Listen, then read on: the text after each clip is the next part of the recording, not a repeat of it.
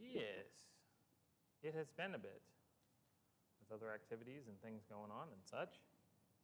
So I was going to try to bring us kind of back to where we were. We're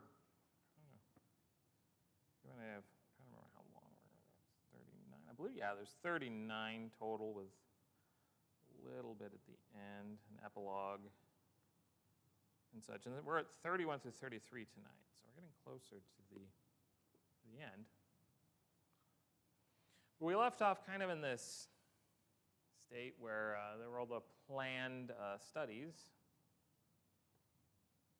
between Mike and Randall, the 5 that they were going to have, and then the one didn't happen. And they threw the whole schedule off. He left him with sharing the gospel with him in chapter 30.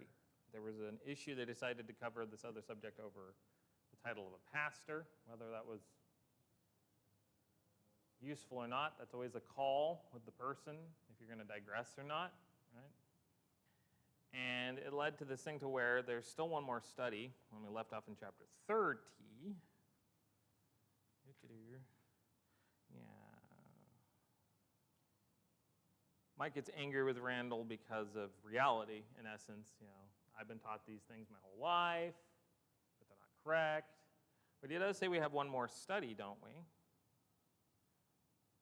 And he said there was one more study we didn't get to because we had to push everything back. We do a study for a week from this coming Monday because Randall has to go out of town. He's got these things scheduled, and it's going to move it to the 14th. It's the 4th, so it's going to move it like 10 days, which is a lot of time.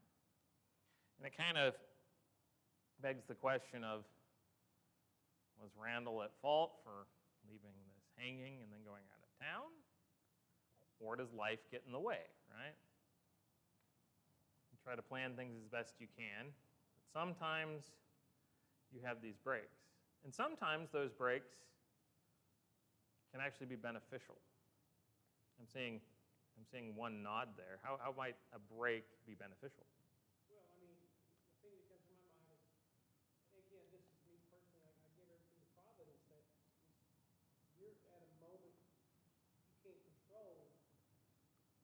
It's a providential interruption where it allows for time for the person studying the thing to process. To reflect? To process? Okay. Shake it around and then figure out, you can't control both things. And for me, you just have to have faith that they will be able to finish or they will find somebody else if you don't. Okay. Well, as we move into 31, 32, and 33, they're not as long. So I say that we might not go as long as, I say that before, and let me go, whatever. They're really a lot in his head. He is processing a lot of these things. Chapter 31 has a title of, and let's see, I'm trying to get the timeline figured out, March 4th of 88. I guess it's later that evening. Is it the same day? Yes, the same day that evening. And it's entitled Comedic Relief. And it's not a very long chapter, but it's more of just the human element to it. He goes into a lot of detail about himself. And I'm really thinking for the intended audience, maybe outside or understanding where they're coming from, it's just kind of in his head. He's stuck on traffic on the freeway. He's frustrated. Those things might be connected, but I don't think it's just the traffic that's doing it. He gets home. His wife's, it's Friday night, let's go out. I think it's Friday night. She suggests going to the Kobe Steakhouse and then to a comedy club. And she had suggested that once he gets home, she's changed, she's ready to go. I think either she just wants to go out, maybe she's sensing his frustration, and I don't know, those things. He suggests taking the convertible, she thinks she's going to freeze. It's just these little things here and there. I don't know. This is a little aside, just like, do I bring it up? He tells her, you can handle it being frozen, so while he's in the shower, she dumps ice water on him to get back at him, so they don't take the convertible. They meet Robert and his wife, who, if I remember correctly, was the guy that was very successful and connected. So they're at this nice place, having a nice time, having a time out. He's an up-and-coming computer sales executive. He's doing really well. They're sitting at the hibachi, which is still a thing, but in the 80s was big. And they get seats by the stage of the comedy club. He describes that this was a comedy act who was very entertaining, no one had heard of. Up-and-comer, talks about power tools and various stuff.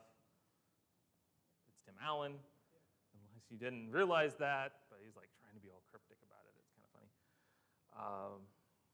And he says he's having boomerang thoughts. And I put a little note, like, why bring this up? He's away from Randall. He's away from reality. He's escaping reality. Nothing wrong with that in a short burst, but he's out. He's letting someone else entertain him with a thing. He's just being passive. But he says he's still having these boomerang thoughts, things in his mind, going back and forth. Why bring that up?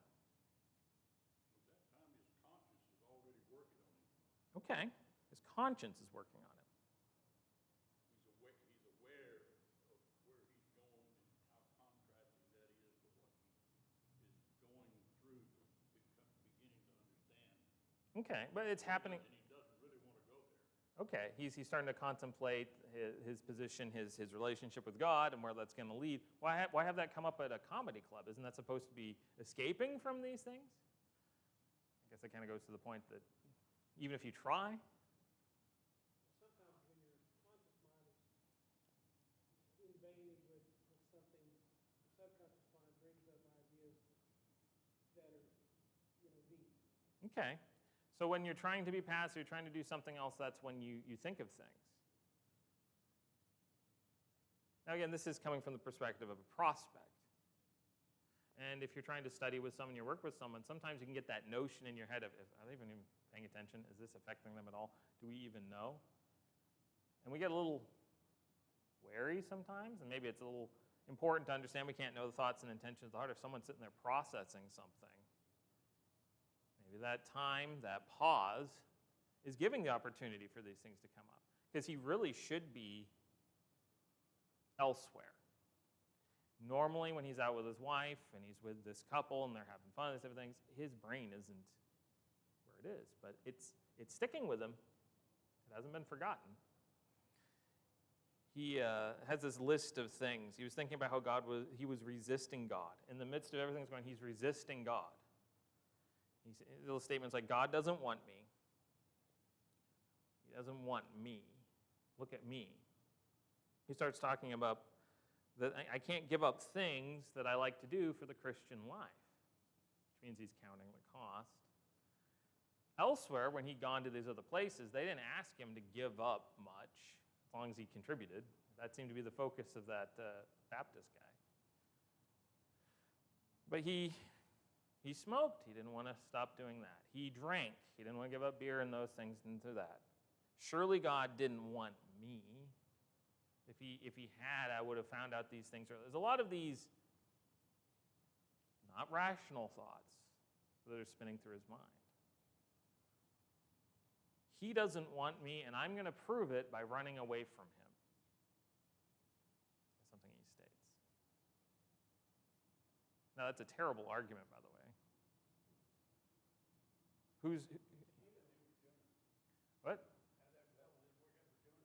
It didn't work out well for Jonah. That's true, but it's a very human thing. It goes to the notion of if God and you are apart, who moved, is always the question to ask. We're all in an innocent state, and then sin separates us. He doesn't move. When you're in a relationship with him, nothing can separate you, but you can walk away. So when he says, I'm going to prove he doesn't want me, he's just being frustrated. And because of this, unfortunately, he decides to drink a lot. He's kind of clear about what he does. And I think it's important in the text for him to go into the detail he does. He gets... Well, those of us, the heavy drinking is an escape. Yep. Sad thing is, you don't escape. They just think they do. Yeah, and in the end, he kind of, it's listed as comedic relief, which I think is going to the comedy club but I don't think it's really meant in a positive way. Him and Robert just, focus on Tim Allen's thing. It's really funny. They just keep drinking. They keep laughing.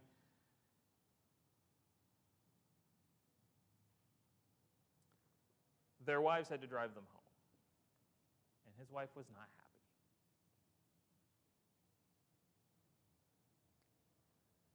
Janetta, she's not happy with him. If you're going to drink that much, I am going to stay home. Interesting. Because it's not like she was opposed to it per se, but he went a different path. He went a direction that she didn't like.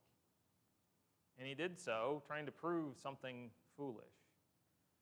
Why at this particular juncture? He's been presented the gospel. Why would he react like this? Because there's still something there. Of course, as she's telling him off continually, he tells her they need to pull over, and he gets sick. And that's how he decides to end the chapter.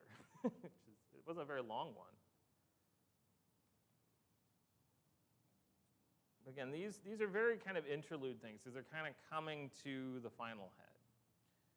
In chapter 32, we're now on March 10th, so it's the 4th, now it's the 10th, that would be 6 days later. It's 1988, he said.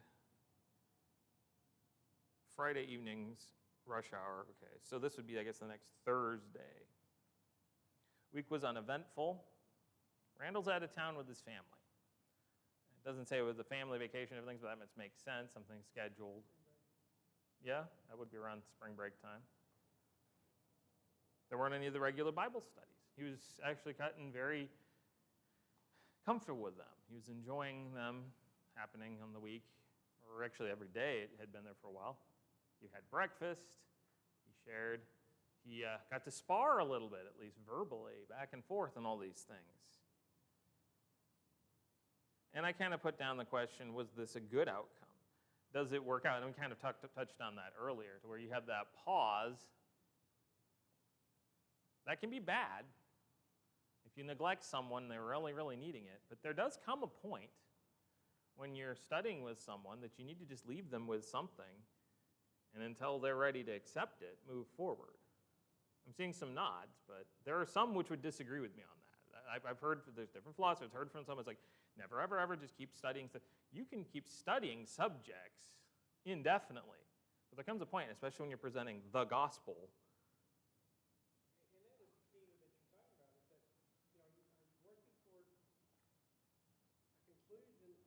or are you just bantering ideas? Yeah. And so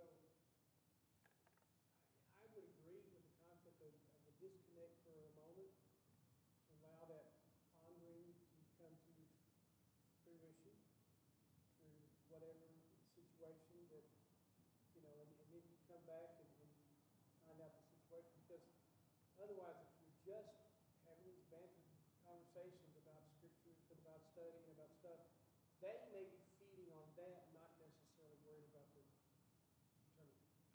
So what you're describing would be, them feeding on that. They're getting the attention from the intellectual discourse, like anything else. You can treat Bible like any other type of general study as a curiosity, something to find the right answers and answers to the right questions and so forth, without having it have any personal impact. I would suggest, and again, people argue against this, that idea of giving enough and letting it sit and stepping back is actually a pretty good New Testament pattern. I think Jesus did that quite often. The counter to that is, well, he was preparing them for something to come. He wasn't going to give them the full. Okay, there's a lot of times when he would just give just enough of a glimpse of something and then let them chew on it for a bit.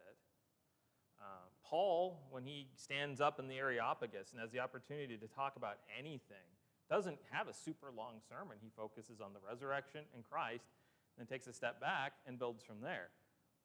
Somebody said, well, he could have said this, he could have said this, he could have said this, he could have said this. Why doesn't he? Well, at the end of that discourse, they tell him, we'll hear more of this another time. Mm-hmm. In other words, they either reached a point where they didn't want to hear anymore, or they knew that he was from a different perspective, and they wanted to kind of stew on it before they heard more. And they also, in that particular case, he understood a simple truth. If they weren't going to accept the resurrection, anything else he had to say wasn't going to matter. And you can reach certain points with biblical ideas as well. And it's going to differ with different people, with who you're interacting with. If you're interacting with someone that follows, say, a different book as a source of authority, if you can't get them to focus on the Bible at least first and then alone, but start with first and then alone, you're spinning your wheels. Sometimes, John. I kind of look at it similar to cooking a good pot of stew. You throw in all the ingredients, and individually the ingredients don't taste all that great until that stew or that soup has had some time to simmer. Okay. It's the same way. You've got to let these things move around your mind a little bit. You've got to think about it before you can really come up with the right answer. Okay. So, And I guess, and I don't mean to talk too much, but I am sorry. no, you're fine. But a lot of this has to do with personalities, where the person is teaching is basically feeding to what they presume their personality, their likes, their dislikes, while the person listening may or may not fit that. And so while, for me, allowing them to ponder is effective, it has been effective, and it's something I do. Okay, for somebody else, their personality may not be that way. Their personality may be more that you've got to hit the head and get going and get to the end. Okay. But that again requires knowing the person, or at least trying to get to know the person, having a conversation with them. Because remember, again, what's the defining thing between Mike and Randall here? They had a relationship. Mike knew how Randall stood. He wasn't hiding it, but they had a relationship. Paul, as a master teacher, knew when they had to read it. That is true. Be all things to all men. It's a tall order.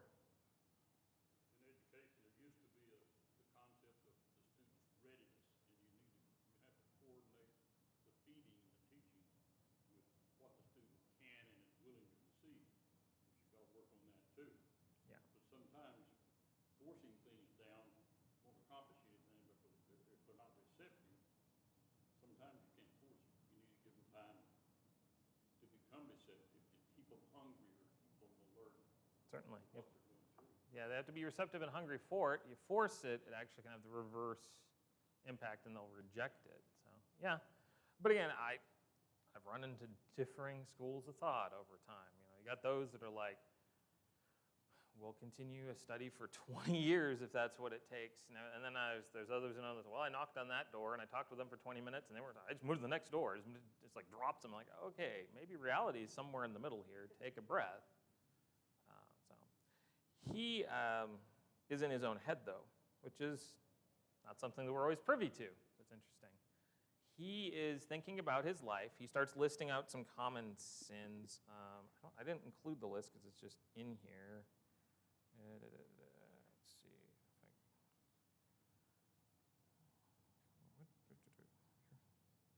Materialism, sexual immorality, and various other things, finances, selfishness, various things. He has this quote, "A diligent effort to live a truly pure life seemed impossible." He was an up-and-comer in the 80s. There's no way. And again, his Christian friends, they drank and they did all the listed bad things. And when you come from a background of Calvinism, there's a certain element where that hits the point of, well, I'm set, I can do whatever I want. That's why that teaching is so dangerous. He mentions how in the 80s material was rampant, because it's not in the 2020s. We have fixed that. I don't know. No. I just think it's funny that he focuses so much on how it was in the 80s versus any other time. Maybe things.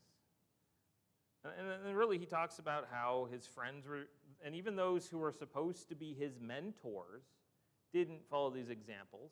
And are any of these things new? Is there anything new under the sun? Are they valid excuses? They're just what is. Had he not met Randall, he would have gone down the same path, is what he's come to think. Randall is the problem here. He interrupted his life as he knew it, and now he's going down a different path, and it's bothering him. How dare he, right?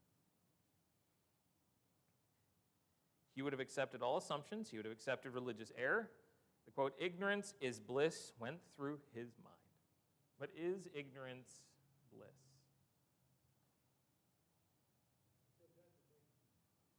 Is ignorance of the law ever an excuse? God, having overlooked times of ignorance, now calls on all men to repent. Acts 17. It would have been so much easier if he never met Randall. Now, he isn't blaming him. He says it isn't necessarily his fault. He's not taking, that would be a very twisted outcome. But he says all Randall did was just show him the Bible. No one else had. He read and reread what he'd studied and came to the same conclusion. He's like, okay, he takes a step back and he just starts over. And it's like, and it keeps climbing, he keeps landing. He's spiraling in the sense that he's reprocessing, but he's being honest with it. Which is good, because sometimes people can reread something once and get a different conclusion, reread it and get a third conclusion. He's being intellectually honest.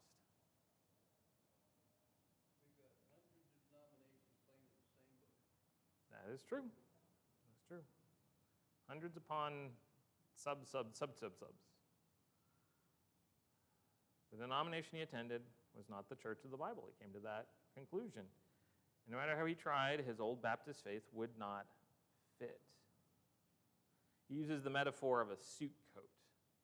And he kind of lays out different things, but it kind of concludes with the idea of either the coat is cut to fit the man or the man is cut to fit the coat. I don't know how well that metaphor really works, because you're not going to cut a person down to fit a coat, and the coat would have to be the the standard here. But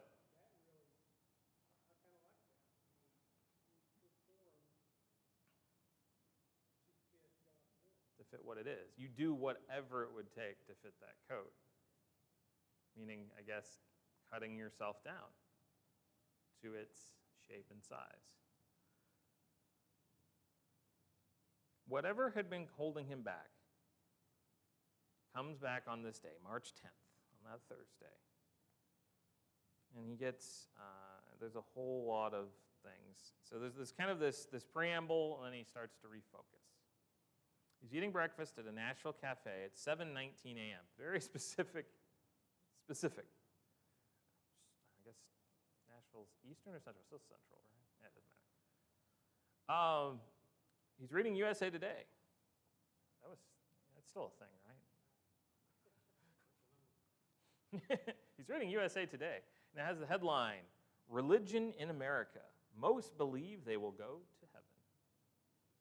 That actually hasn't changed. The numbers will fluctuate, but if you ask people in a survey, you usually get 70s, high 80s. You'll get more people who believe they're going to heaven than believe in God, which always confuses me.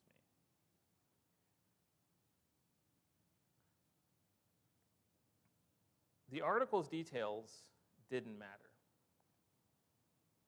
What it did is it brought him back to the remarks of the coworker that warned him, Kirk, that warned him about Randall. Oh, their church thinks that the one's going to heaven. And Randall dealt with that as it's presented and so forth. And he gets back to, well, what did the Bible say? And this, I think, is when he really starts to just hit concepts for the reader. It's not as much about his brain. It's now about he's showing to them. So, you have a lot of references. Matthew 7:14, the narrow path. Ephesians 4:4, there is one body, one faith, one Lord, one baptism. That body, Colossians 1:18, is the church. That it began at Pentecost, Acts 2, and so forth. And a lot of references like that. He's hitting all I'm interested that he connects that notion with what Kirk said. They're the ones that think they're going there, and then all the things the Bible says, only those that are doing what it says are going there. And it just happens to be only these people. That is how it is. It's not necessarily what is wanted. Complaining that some people want to try to do things the particular way is not a justification to not yourself. So he asks us the question, ultimately, what was really holding him back? He will give an answer, but any thoughts? What is really holding him back? Inertia. Inertia? Don't want to change. Okay. Easier to stay where you are. Yeah, there's an element of that. It would have been easier if Randall hadn't stepped in. He says he was going down the same path, but see, he doesn't even feel right in continuing in the direction he's going, which has put him into an even more of a crisis. What I've experienced is people will hit that wall of, if I convert,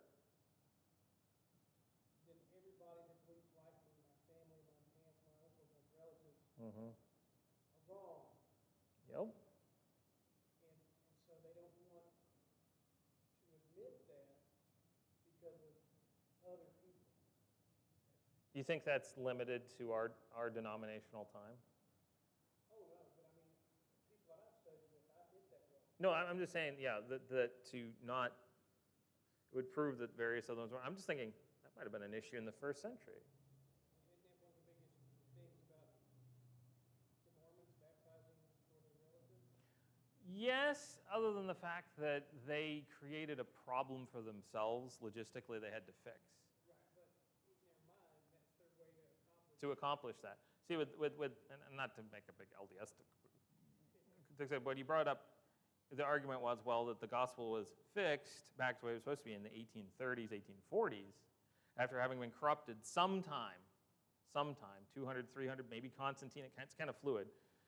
So, so you have this gap of, 1,500 years? Which begs the question, well, what was God doing for 1,500 years? Why did he wait so long? And they're like, well, that's how it worked out. But it's okay, we can rebaptize everyone going back to there. Which then begs the question, why do I bother now? Because you'll just take care of it later. But yeah, no, it's a logistical problem, but that's why they do that.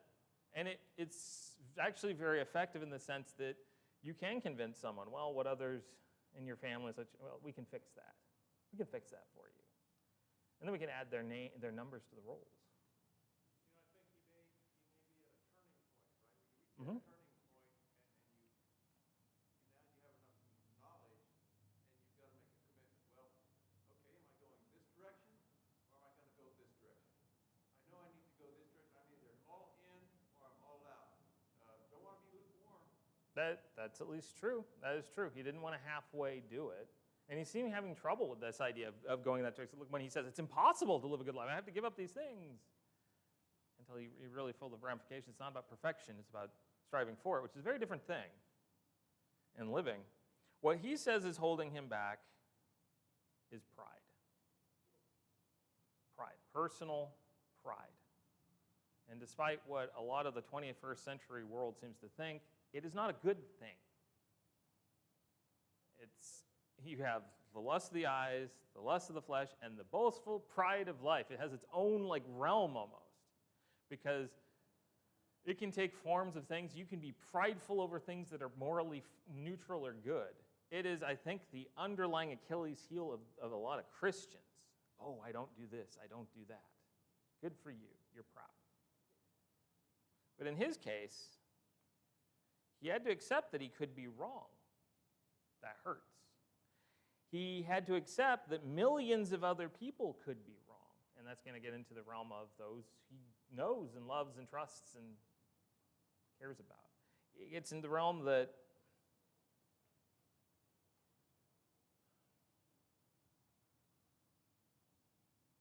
he's not in control.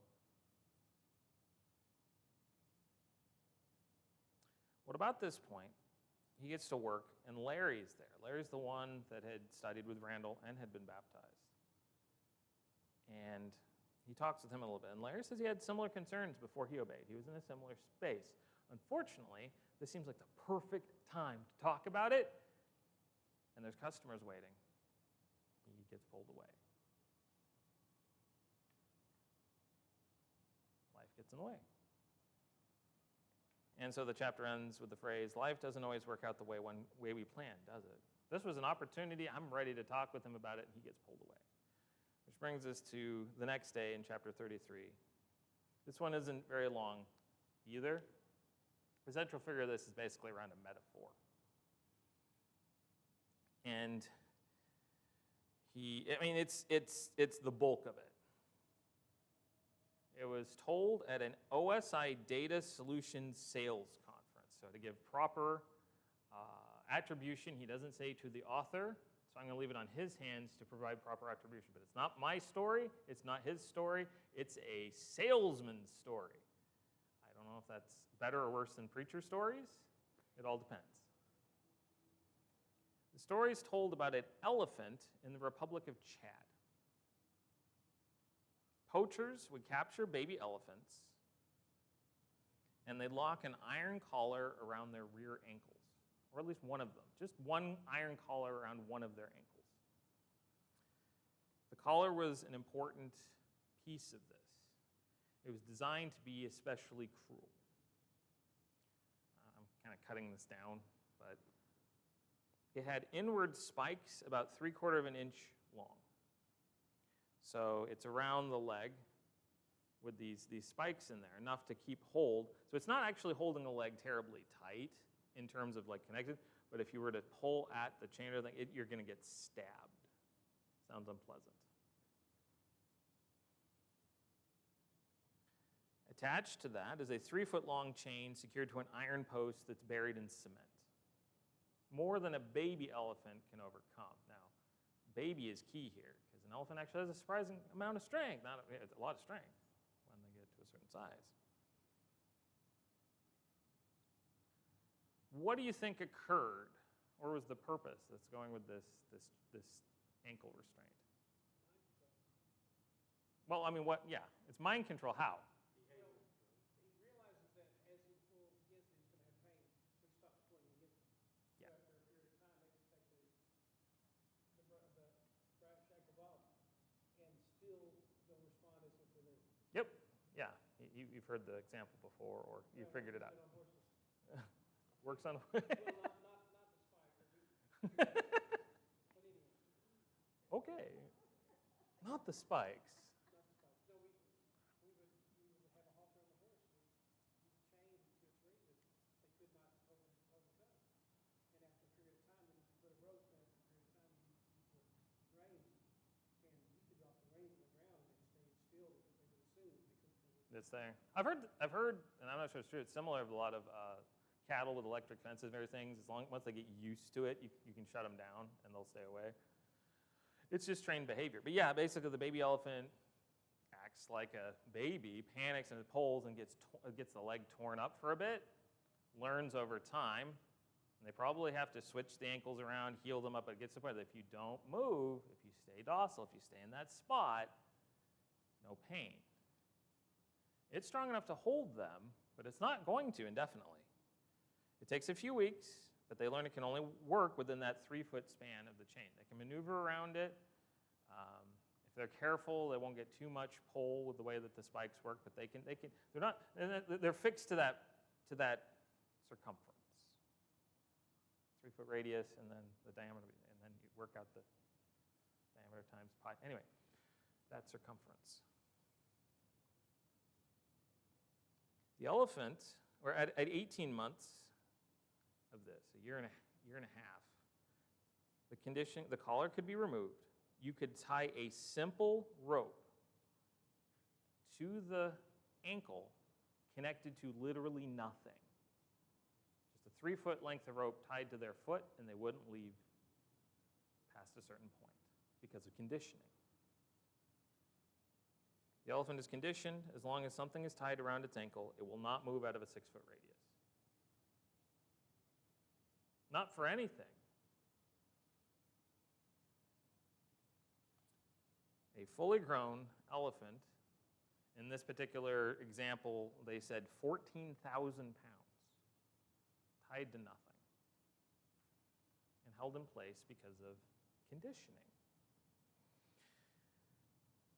He uses this to describe men and women spend lifetimes being conditioned by behaviors and habits. things they're used to doing.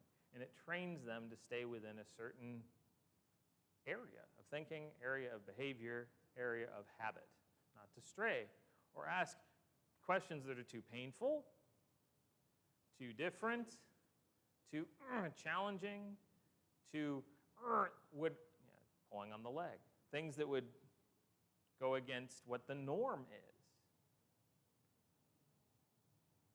And he describes himself, and I don't know if he uses the kind of the editorial we, so I don't know if he's means just American culture, the world, conditioned by false religious teaching. And regardless how false they are, they can be hard to break free from when you're very used to not wandering outside of your 6 feet. It requires thinking not only in new ways, but in ways that create a danger response because you've been so used to thinking things a certain way. Yeah. There is a societal element to that. There's a cultural element to that. There's a religious element to that in terms of just popular religion. This could move into other realms, more secular realms or things against God. I mean, there's all kinds of assumptions. I mean, we were talking about dinosaurs, for instance, during VBS. There's a lot of assumptions that if you get away from them, it starts to get really weird. You're going outside your radius, even if they're true. Sometimes people allow themselves to be shaped by things taught to them by trusted loved ones and advisors over a period of time. And they let it keep them chained up, even if they're not connected really to anything that's ever going to hurt them again. They could break free at any time.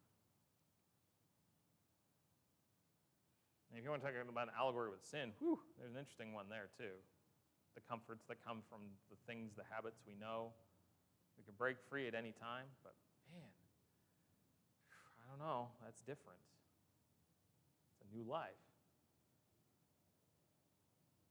He says we're like the elephants sometimes. And I close with the quote, "That's where I found myself. I wonder if you find yourself in the same place right now." He speaks to the audience, and he's setting up the coming confrontation. It's going to be the next 3 chapters-ish. I think we're quite as long. Is there any thoughts or things? Or we've had some discussion as we go along. Like this last one was really, the bulk of it was setting up this illustration. And the referential bias is something that people that you talk to have that may not be anywhere close to yours. And that's the thing that we struggle with is we assume that everybody's gone through the same life experiences that we have. Yep. So when you start trying to teach, you're like, hey, you don't know this, you don't know. Mm-hmm. Well, there's certain terms that are used, and I'm not trying to, but certain terms are used in personal evangelism as kind of a general thing, or outreach, those kind of programs, even teaching and various things. And one that shows up a bunch is churched and unchurched. What do you think those terms mean? Churched and unchurched. Okay, so whether you've been to church or not, and it's meant in a general sense. And some people take offense, like, well, the church. It's meant to be a broad enough term to where do you have at least any experience with a religious group, and that can break down even further too, because someone who say goes to a relatively conservative Baptist group will find a lot of similarities. There's big differences, of course, but similarities in what publicly happens than someone who comes from a Catholic service, especially one that uses, goes more of a Latin service. They're still around, but those kind of things. And the difference between the two can sometimes be more helpful, believe it or not, because it stands out. When things are too similar, sometimes we're like, well, what's the big deal? It all depends. So even when you say church and unchurched, it's kind of, there's some subsets. But if you're talking unchurched, a lot of our materials, try not to beat on the materials, but a lot of the stuff we put out in decades past assumed that your prospect was at least churched. They talked about God. They talked about the Bible. They talked about, here's the story of the Bible. They're like, talk about sin, talk about these concepts. They never really define them very much because they assume the person at least had an idea. And there are more and more people out there that don't. That's the thing, in the 50s, most people were church. Mm-hmm. You know, Yeah, and that wasn't meant as a criticism. That's the materials we used. They were used to convert Baptists and Methodists in their different forms. You start with these base things, and it's like, okay, where do they go? Okay, we're going to hit some of these questions and these points. We're all in agreement the Bible's good, and God's good, and Jesus is good. We're just in disagreement about how we're supposed to be doing it.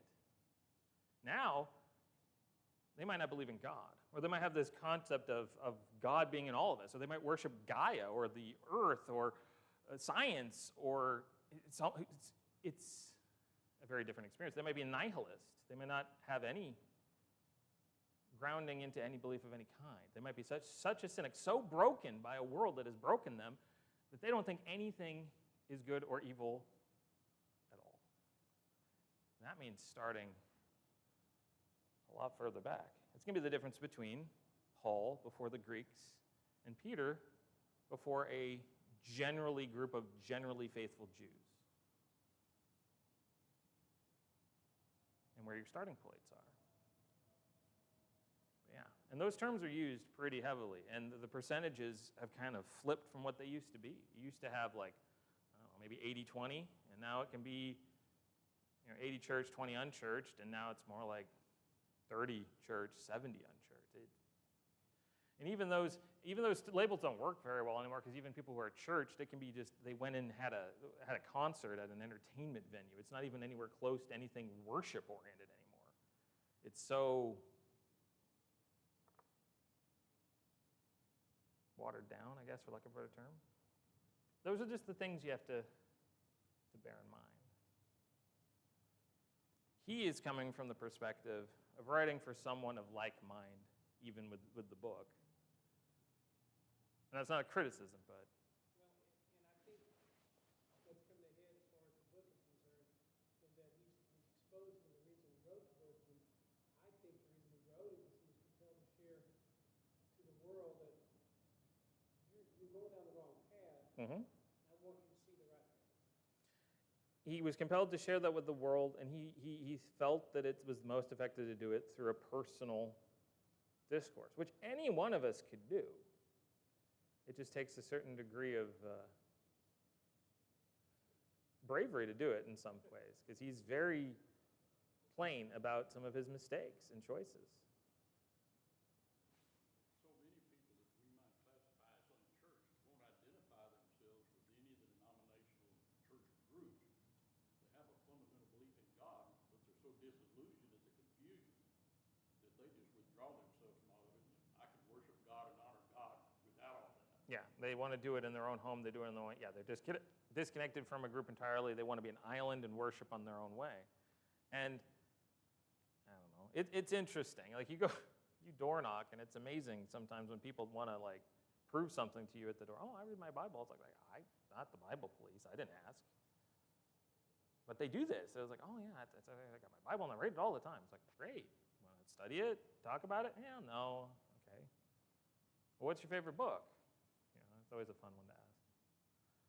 I never do it, but I've always been like, oh, do you like the book of Hezekiah? That's one of my favorites, but that wouldn't be correct. Although it might work for Cliff, because man, that guy at the door. Anyway, so that's our chapters for tonight. Any other thoughts, things? I guess we'll come back with 3 more the next time around. Let's see. Is there anyone that needs to partake of the Lord's Supper? I should probably ask that tonight. I don't think so. Okay. Is there anything that needs mentioned?